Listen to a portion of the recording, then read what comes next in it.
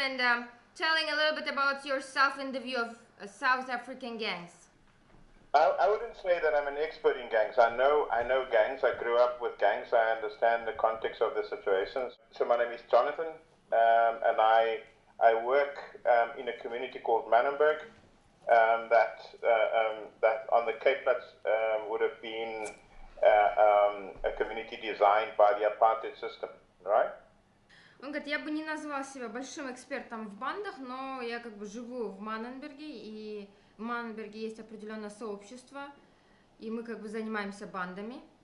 Yeah, but so for the past 17 years I've been working with young people that is caught in gangs. So young people that either through choices that they've made or choices made by others that has now trapped them in gangs, and so through that mentors and help negotiate them out of gangs. Some of the work also requires me to negotiate peace between gangs when they are fighting, to try and go and engage with them and try and resolve some of the issues that is there. Yeah? Он говорит, 17 лет занимаюсь тем, что, с молодыми людьми, которые хотят выйти из банды, бывает, либо они неправильный выбор сделали, бывает, что я занимаюсь, как бы, устранением конфликтов между самими бандами. Currently, I'm running quite a few projects that has nothing to do with gangs. Actually, right now, but actually all of it is to counter gangs. So I'm doing a lot of sort of like street sports, running sort of like mentoring programs for kids in school, running a free sort of like internet type of program. All of that to try and create opportunities for young people not to join gangs. И на данный момент занимается программой против банд, делает все, чтобы молодые люди не попадали в банды, разные программы создает в школах, все остальное. Okay. Cool. So that's what I do. Это то, чем я занимаюсь. Могу я задать мне несколько вопросов? Can we ask you several questions? Sure. Конечно. Да. Когда мы говорим о цифровых бандах, их 3, правильно? So when we speak about number gangs, they are 3 in their number, right? Yeah. Их 3. So there's the 3 main gangs, and then there would be other 2 of the number gangs that wouldn't necessarily be recognized. So there's the 26, 27, and the 28. So those are the gangs that is known. And then there is the 25s, which is generally known as people that sort of like, what's the word? They would almost speak or tell about gangs, tell the police about things. So they would be labeled as a 25. And then people that eat a lot in prison, they would be labeled at number 30. And those are sort of like the numbers that would necessarily be recognized. And then there's another gang called the Air Force, and those are guys in prison that is known for escaping. So the 25s, so they sort of like police informers. Okay. То есть есть 3 банды числовые, которые которых все знают, которые, признаются всеми. И есть еще 3, которые особо не сильно значимы. 25-й, так называемый, которые постоянно делают доклады в полицию. 13-й, которые очень много кушают в тюрьме. И есть также банда такая под названием, это связано что-то как, с воздушными силами, как будто. Это те люди, которые хорошо убегают из тюрем. Окей. Меня интересуют 26, 27 и 28. So Dr. Mальцев is interested in these 3 main gangs.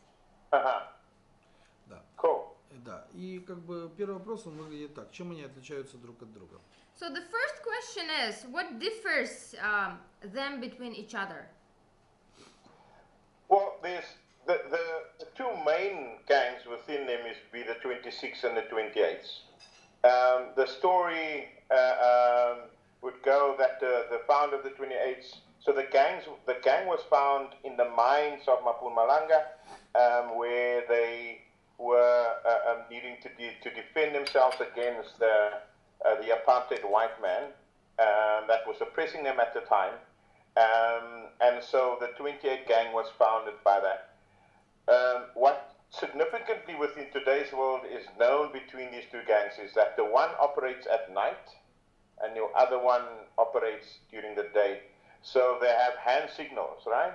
So this would be the 28 hand signal. Okay, just a second, so I make everything sure, in short pauses. Это сигнал 26, right? This is 28. Это 28. Это сигнал как бы руками 28. And let me translate what you said before. So we... То есть основные банды это 26-е, 28-е из трех. 28-е они зародились в шахтах, когда белые, когда люди противостояли при апартеиде белым людям. Одна банда работает ночью, вторая днем. И вот знак как бы руками 28-х. Please go on. 28. 28, yeah, like that. Like that. Yeah. And then that would be 26. Это 26-е. Yes. А 27? Yes. What about 27th? 27. Это 27. Yeah. So the 27 gang was created because the 26 and the 28s couldn't communicate with one another. So the 27s within the gang would be known as the policemen, the peacemakers, or the ones that communicate between the gangs. То есть 27-е появились из-за того, что 26-е и 28-е не могли найти общего языка между собой. То есть 27-е это те люди, которые создают мир. Yeah. And then actually, so they would say that the 28 gang would be known for molesting men in prison, and that the 26 gang is known for robbing people. 28-е знамениты тем, что они вступают в половые связи с другими мужчинами, а 26-е тем, что они грабят. In prison, still, that the 28 should be recognized as the ones that run the prison because they were the founders of the gang. So they would assign work to people. The 28 would run the food, preparing of food, and those type of things. Whereas the 26 gangs would work within the administration blocks. So these two gangs would give each other leniency in different places in the gang, but would monopolize that by that spaces. Так как 28-е считаются, что они как бы основные прародители банды, они смотрят за едой в тюрьмах, 26-е смотрят за администрацией в тюрьме. Now, both of these gangs find themselves within the history of Nongaloza, which Nongaloza is the founder of the gang. There is a document that you could download called Nongaloza's Children that speaks about this mythical story of Nongaloza and how the gang was founded. Yes, Dr. Mальцев knows the document and he has read it. Он говорит, что Нонголоза является создателем банды, можно почитать книгу «Дети Нонголоза», я сказала, что вы как бы уже читали. Я не только. Yeah. Скажи, я читал все книги. Actually, Dr. Mальцев read all of the books that are on this topic. Ну, вопрос следующий. Одинаковая ли у них иерархия? So the question is the following: do they have the same hierarchy? Both of them have the same hierarchy. Both of their systems are actually based on military rule.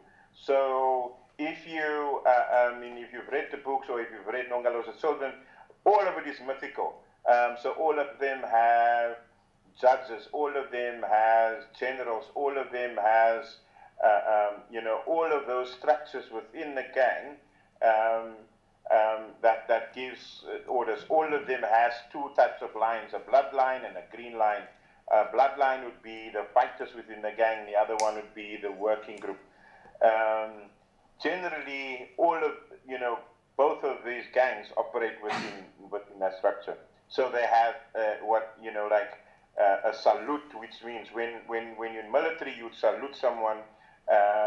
Within the gang, they would, if they salute someone, they would salute someone by the hand signal. And then, there's a certain ritual that they would march, within a normal sort of like gang, in a normal sort of like military, they would have marching parades and all of that. So all of those structures are within the gang. У обоих банд одинаковые структуры, то То есть это военные структуры, они все, у них есть свой МИФ, у них есть те же судьи, свои генералы, всех трех. Есть и кровавая линия, те люди, которые убивают, есть и зеленая линия, то есть это группа, которая работает, у них есть свое приветствие, как они приветствуют друг друга, но по этим знакам. Now, the one thing that we now need to know about prison gangs and authority and structures is that it doesn't necessarily mean that when you come into prison and you might be a gang leader outside of prison, because you need to remember that prison gangs and street gangs are two different structures. If they go to prison as a street gang, and they might be a leader of that gang, that doesn't necessarily give them leadership status or, ranking status in the prison gang. They might just go to the foot and be a foot soldier. Также нужно понимать, что тюремные банды и уличные банды это разные вещи. Человек, который лидер в уличной банде, он может прийти в тюрьму и не быть лидером. Это разные структуры. И наоборот, да? And vice versa, right? Person who comes out of the prison being a leader. No, actually, once you've got status within prison, then actually, because this is what they know, if you come from the streets and join a prison gang, you need to denounce your street gang status. So actually, you should not operate within that. So when you do go home, you go home with your prison gang status. However, that ranking doesn't allow you to operate outside of prison that way unless the street gang is asking you to do that. Нет, говорит, не так, потому что человек, который выходит из тюрьмы, выходит на улицы, он не имеет права действовать на улицах, за исключением, если его уличная банда попросит это сделать. То есть люди, выходящие из тюрьмы, больше не совершают преступления, что ли? In other words, can we say that people that leave the prison, they no longer commit crimes outside? Is that correct? we would hope that. We would hope that, but actually, so the prison gang dictates what they do. So prison gang, so let's make an example. Someone might come to his time of parole or might need to might come to the end of his sentence, but the prison gang still needs him because he's a very important person in prison. They would demand him to either stab someone, commit a crime in prison, so that his sentence can be extended. Он говорит, мы бы надеялись, что они на улицах не будут совершать преступления, но этот человек, выходя из тюрьмы, он также остается зависимым от тюремной банды, потому что тюремная банда говорит ему, что делать на улице, и она, то есть это тюремная, он нужен тюремной банде. Or you get sent home, and then when you go home, you get sent with a mandate. Either you go you go and deal drugs, or you go and do the business of the gang. Because the business of the gang means that it continuously needs to generate money. So when you go, there's always a particular mandate that you get sent with. Либо, когда человек уходит из тюрьмы, он возвращается домой, и у него есть определенный мандат, то есть он может заниматься либо наркотиками, либо бизнесом банды. Yeah, we need to remember that the gang is a criminal structure, and that's how they operate. So, they will never send someone to just be a peaceful person. Нужно понимать, что банды это криминальная структура, и они никогда не отправят человека, чтобы он был обычным мирным человеком. Окей. 26, 27 и 28 знамениты убийствами ножом. So these three gangs, 26 and 27 and 28, they are famous with their knife blade killings. Well, so if you speak to those people that has been in the gang very long, actually no one should be killed with a knife. The order will come. It depends on what crime has been committed, and then within the gang there is a person that decides the punishment. Он говорит, по идее, если вы будете говорить с человеком, который был долгое время в бандах, то у них не разрешается убийство ножом, у них есть в тюрьме свои люди, которые решают, ну, как убивать, он сейчас пример приведет. So most of the stabbings is stabbings to sort of like induce fear. То есть в большинстве ударов ножом используется страх. Yeah, so I just quickly want to make an example. Now, say this is a knife, this is just a spoon, right? Right? If someone hasn't committed that seriousness of an offense, the person might only tell him to stab him with a tip. So they will wrap a cloth around it, like that, to only expose the length of the stabbing he should get. То есть они могут закрутить оружие таким образом, чтобы получить именно нужную длину клинка, которым будут бить. So, and it depends, right? It can get longer. И понятно, что это зависит. Можно подлиннее клинок, можно покороче. Yeah, mostly prison wardens would be stabbed with a very short point like this. Чаще всего, например, надзиратели в тюрьмах, их будут колоть очень, как бы, вот таким небольшим лезвием. Yeah, and then there's very few cases where actually someone was ordered to be killed. И очень мало случаев бывает, когда кому-то поручают кого-то убить. But actually, if you speak to the people that has been deep in the gang, no one was ordered to be killed, and some of these type of things were just sort of like happened by accident. И если со многими людьми говорить, которые были как бы в бандах, то они скажут, что им никто не приказывал убивать, и случайно когда-то случалось. Yeah, punishments would have often actually happened with a sock and a padlock. I don't have a padlock here. So, or soap. You know what a padlock is? No. You lock a gate, you put a lock on the gate. Okay. I got you. То есть убийства часто совершаются носком или замком или мылом.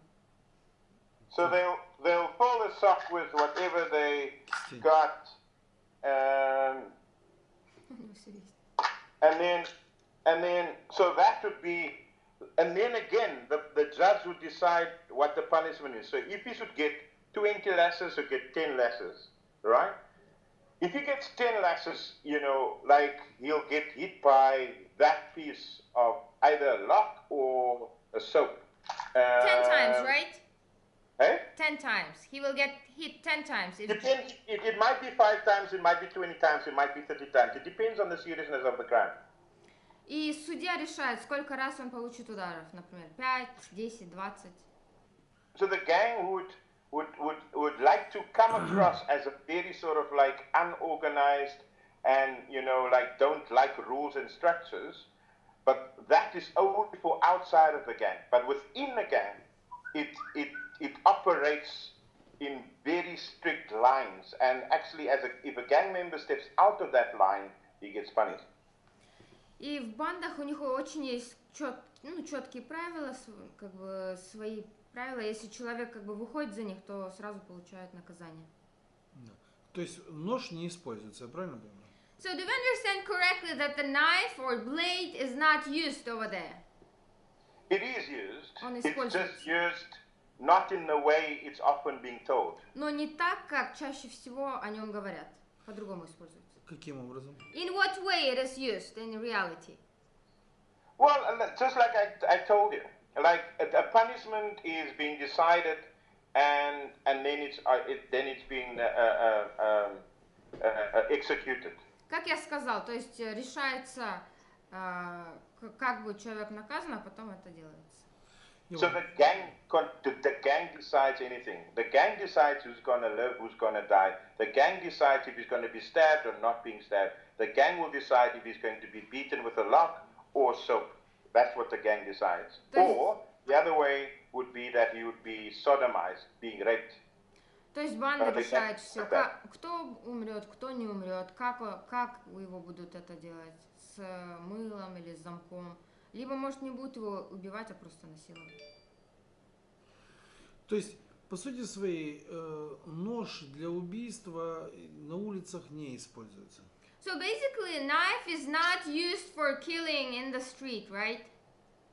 Knives in Кейптаун is not used for killing in the streets. В Кейптауне, Guns are used in Кейптаун. не используют это для убийства, больше пистолеты. То есть стреляют в основном из пистолетов. So basically it's all about shooting with a gun. Right, yeah, it's about shooting right now. Да, сейчас это пистолет. А раньше? What about before, like in earlier times, how was that?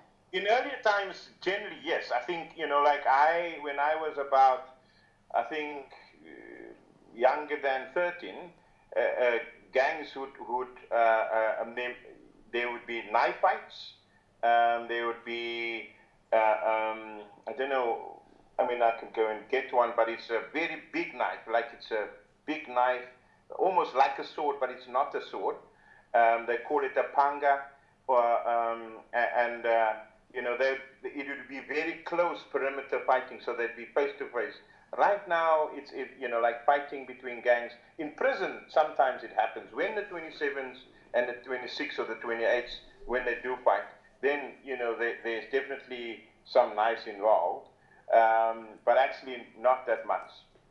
Я, например, помню, когда мне было до 13 лет, использовались очень длинные ножи, почти как меч, но это не меч, панга называется. Внутри банды, когда они дерутся между собой, используется нож, но не так много на данный момент. Раньше использовался. Да. Вот во всех книгах, во всех исследованиях говорится, что стреляют они плохо, а ножом бьют хорошо. Правда ли это? So in all of the books and the researches, people write that like gangs are really bad in shooting, but they're good like in stabbing. Is that correct? Yeah, I think there's a lot of myth in that type of things. Like, right now it's believed if you someone that stabs someone, then you should be very willing to die. You need to be willing to be very close to someone else. Right now, gangs are very cowardice. They don't want to be in close perimeter fighting. So they'll fight in few distant meters from one another by shooting one another, but not. So actually, if we talk about a gang that would necessarily use lots of knives, as part of it, it would be the 27 gang members.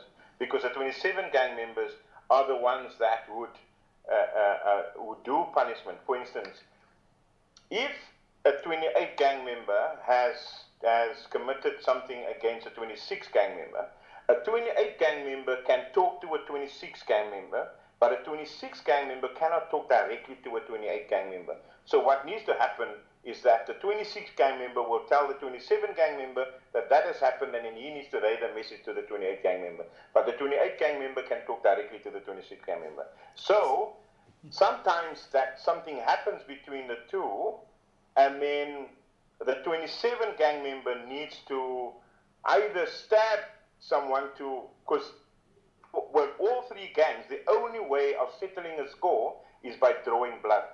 Someone needs to be stabbed. There must be blood. Even if they're not dead, there must be blood. То есть он говорит, я не знаю, насколько это правда, что они плохо стреляют, но дело в том, что на данный момент банды, и они многочисленные, они не хотят близко подходить к своей жертве, поэтому они стреляют. Потому что тот человек, который закалывает ножом, он должен быть готов умереть, потому что он очень близко к человеку подходит. Также нужно понимать, когда они между собой выясняют отношения, 28-е могут напрямую с 26-ми разговаривать, но 26-е не могут напрямую к 28-м обратиться, и если что-то случается, 26-е должны через 27-х вести переговоры с 28-ми, и в бандах обязательно должно быть пролитие крови, не обязательно кого-то убивать, но должна проливаться кровь. Очень интересно. Very interesting. То есть, то, что вы говорите, прямо расходится со всеми, спикерами, со всеми исследователями, со всеми, кто когда-либо исследовал банды. То есть, получается, они не совсем, правильно, компетентны.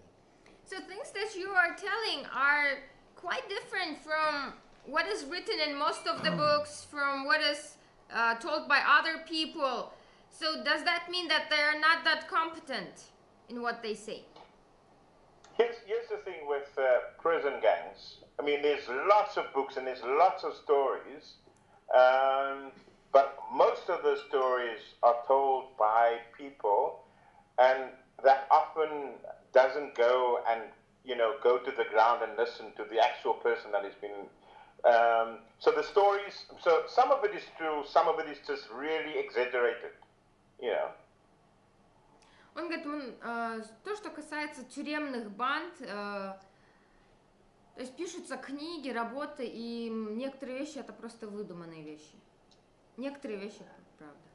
Yeah, and so for me, most of the information that I get, either it's from a very, like people that I work with, or I work with quite a few guys that is involved and is just come out of prison, and guys that has been in the gang for very long that would be able to tell you most of these things firsthand. And often they'll get journalists, they'll get people coming to write books, and they're asking stories. So the weirdest one would be, I don't know if you've seen the YouTube about that guy. What's his name? He went to prison, rob on gangs or something like that, and it's really bad Ross because. Camp? Are you speaking about Ross Camp, who made the documentary? Ross Camp, yeah, like that's the worst one because. Like there's so much lies in that because the gangs only gave a front. They only told him what they thought he should hear. The leaders that they put in front, gangs, they keep their leadership to the back, so they'll never put a leader on screen.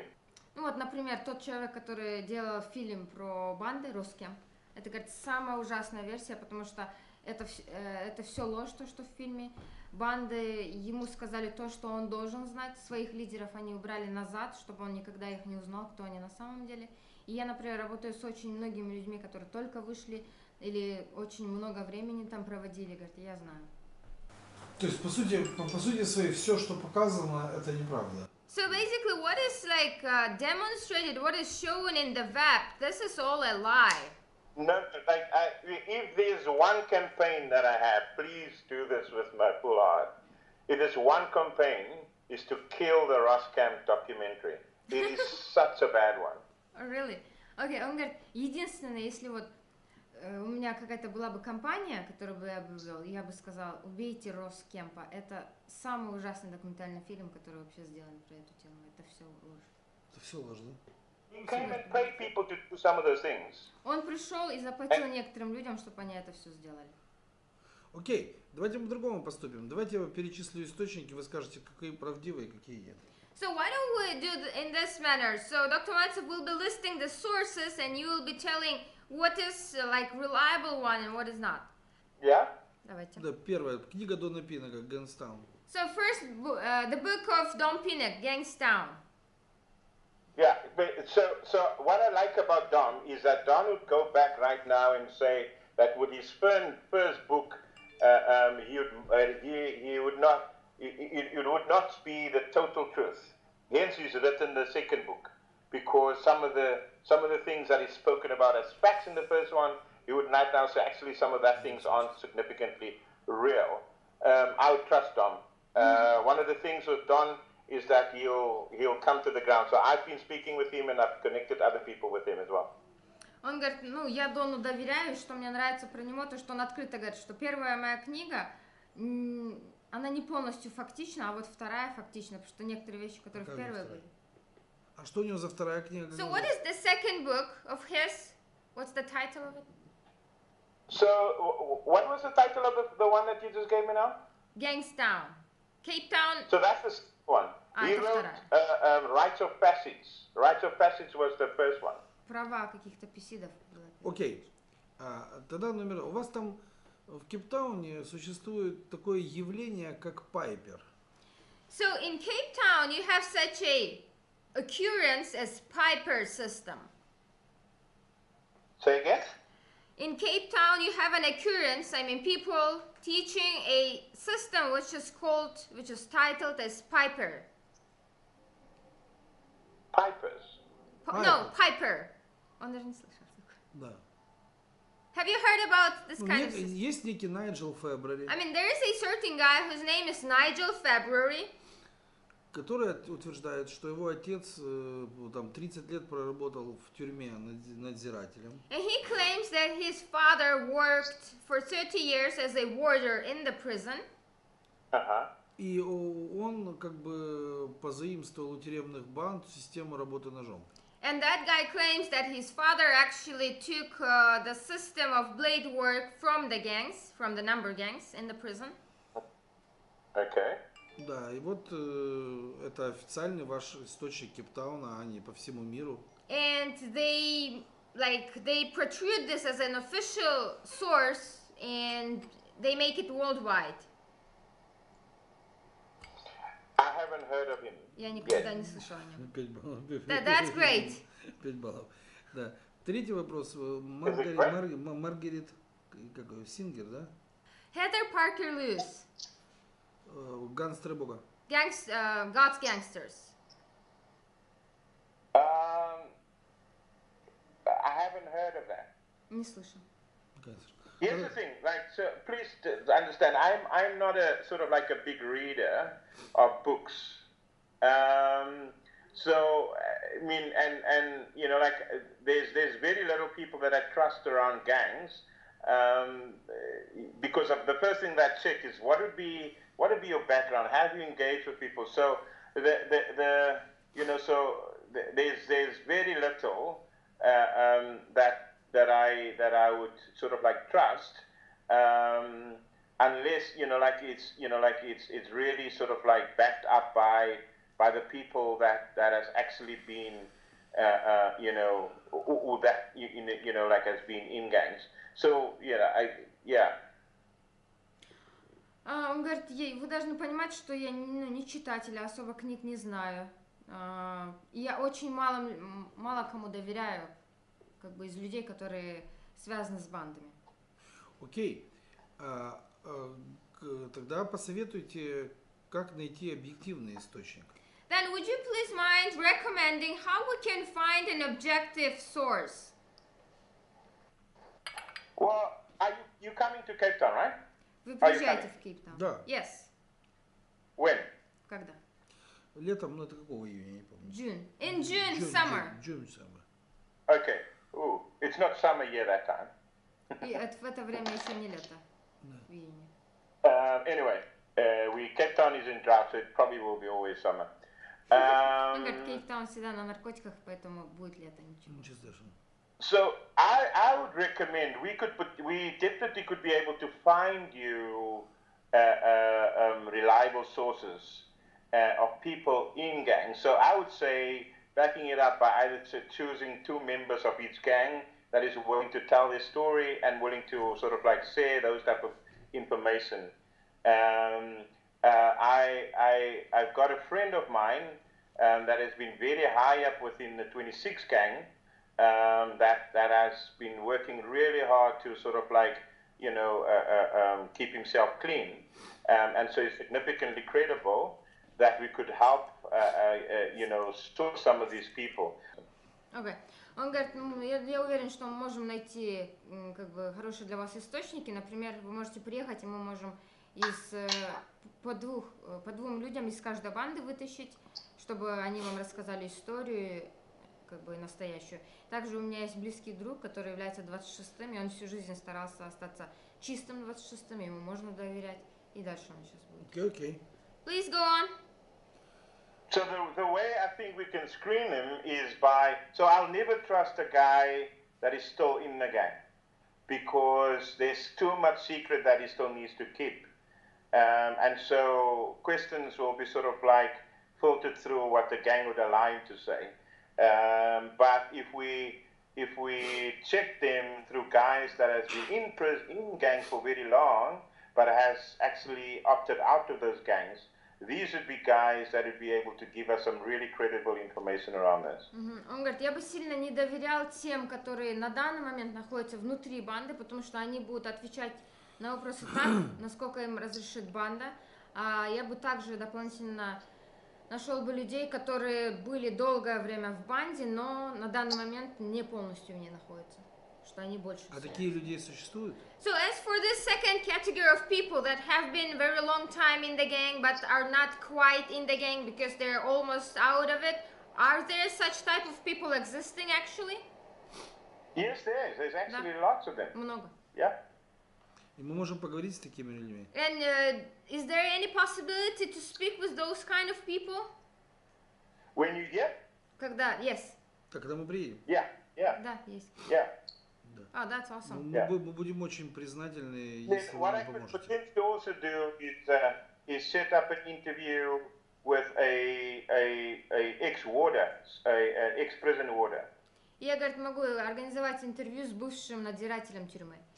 We would be very grateful if you help us to do this. И мы хотим, чтобы он понимал, что мы готовы выключить видеокамеры, убрать видеокамеры. Dr. Mальцев says that he wants you to understand that we are ready to not videotape anything if they do not want to be. Мы готовы выключить видеокамеры. Yeah, so I would probably not. I mean, I would say a audio recording. I mean, video recordings. I mean, they wouldn't necessarily be really up for a video recording, but an audio recording would be. Аудио, диктофон нормально, а видео, наверное, не смогут, не разрешат. Да, я бы это изучил объективно. Yes, Dr. Mальцев would study that objectively. Я бы убрал имена, мне не нужно, чтобы были фамилии, имена, я не ищу сенсации. And one thing you have to understand, Dr. Mальцев is not about sensation, he doesn't want that. He would take off the names and last names, he wants only like objective scientific research. Okay, cool. That sounds good. Люди нам могут доверять. Это хорошо. Like people can trust us. I mean, люди нам могут доверять, мы не гоняемся за сенсациями, мы не журналисты. We are not like we're not journalists that are about sensation or something like that. Yeah, that's the one thing that I hate. Это я ненавижу, говорит, как раз. Да, мы ученые. Yes, this is all about scientists. Okay, cool. Да, несколько рекомендаций нам по безопасности в Кейптауне. Что делать, что не делать, что брать с собой, что не брать, как одеться, и так далее и тому подобное. Would you mind please giving several recommendations about safety in Кейптаун? What we have to take with us, the way we should wear, things, just some basics that you think would be good. Here's what I would say. Be as safe as you'd be at home. Like, here's the thing. Like, the only thing that I'm telling people is don't be stupid, right? Don't do things that you wouldn't necessarily do at home. Like, when you walk with a camera, don't be alone. Кейптаун is as safe as you allow yourself to be. Okay. Он говорит, я рекомендую вам, всегда безопасно быть, как и дома, вы камеры особо не носите. Камеры должны быть спрятаны, не на виду, я так понимаю. So the cameras should be hidden, they should not be like outside.